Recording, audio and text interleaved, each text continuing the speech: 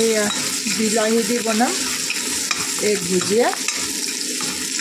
বিলাহী আৰু কেঁচা জলকীয়া দি সেইখিনি দেখিছেনে পানীৰ কালাৰ মই খোৱা পানীহে ইউজ কৰোঁ কিনি আনিছোঁ এই কিবা বেয়া হৈছে হেৰিটো আৰু পানীটো হেৰি কালাৰ আহিছে হাত চাত ধুবলৈ আৰু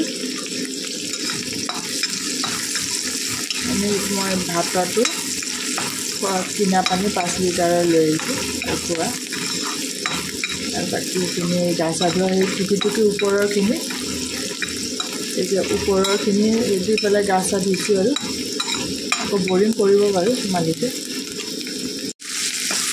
বিলাহীখিনি অলপ গলিলে এতিয়া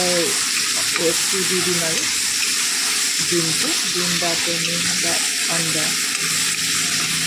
অলপ গলাই লওঁ বিলাহীখিনি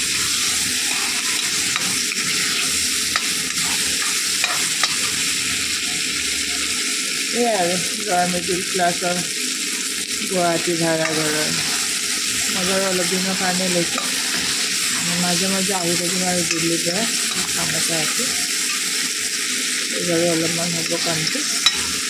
সেনেকৈ আহি থাকিম আৰু দিনটো লৈ গৈছোঁ আৰু হোটেলত থাকিলে খানাটো আমিতো আৰু খৰচা ফুলচা থাকিব পৰা মানুহ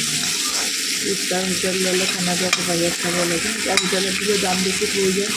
বা পেট বেয়া হয় ন এইবিলাক দি এয়া বনি গ'ল আৰু এনেকৈ লৰাই দেখি ঘিণ নাপাব কাৰণ কেৰাহীটো খুব ভালকৈ ধোৱা আছে তাৰপিছতো আকৌ পানী দি উতলাই পেলাই দিওঁ কিন্তু এই ভুজিয়া অলপ কম তেলৰে বনালে এনেকুৱা হয় খুব অভাৰ তেল দিলে বাৰু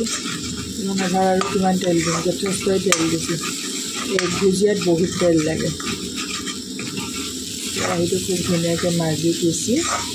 তাৰপিছত আকৌ হেৰি কৰি পেলাইছোঁ গৰম পানী মই সদায় মাংস বনাওঁ মাছ বনাওঁ যিয়ে নবনাওঁ অলপ পানী দি থৈ দিওঁ উতলাই পেলাওঁ আকৌ অকণমান ৰঙচুৱা যেন কথা পেলাই আকৌ এবাৰ পানীটো ভালকৈ ষ্টিল দি মাজা হয় এই হৈ গ'ল ৰেডি আছে